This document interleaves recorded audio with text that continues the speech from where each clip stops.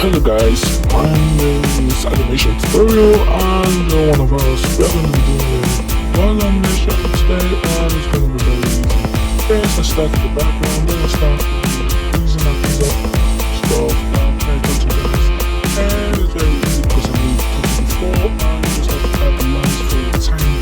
And I'm not sure, but you can know this too.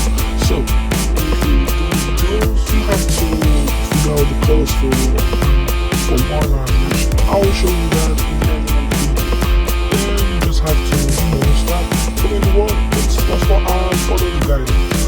The guidance for the sketches or so all you have to do is just click on the guidance. I really love feeling when you don't post for this wall animation. The one that doesn't just go straight for everything.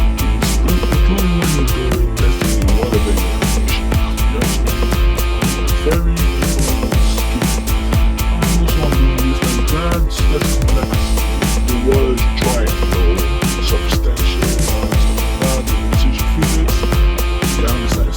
So, you just have to keep drawing and you have to make sure the lines are straight. Okay, my lines are straight and but you have to make sure your lines are straight because wall is straight.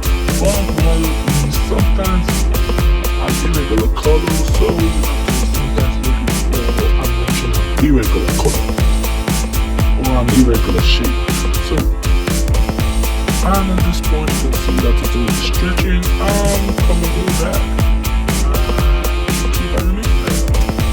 Yeah, you also need the principles of animation, which is anticipation,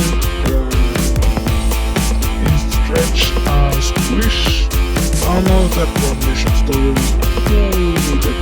And here I do the splashing. It goes from small to big, then after it comes down back to small, then I put some splashes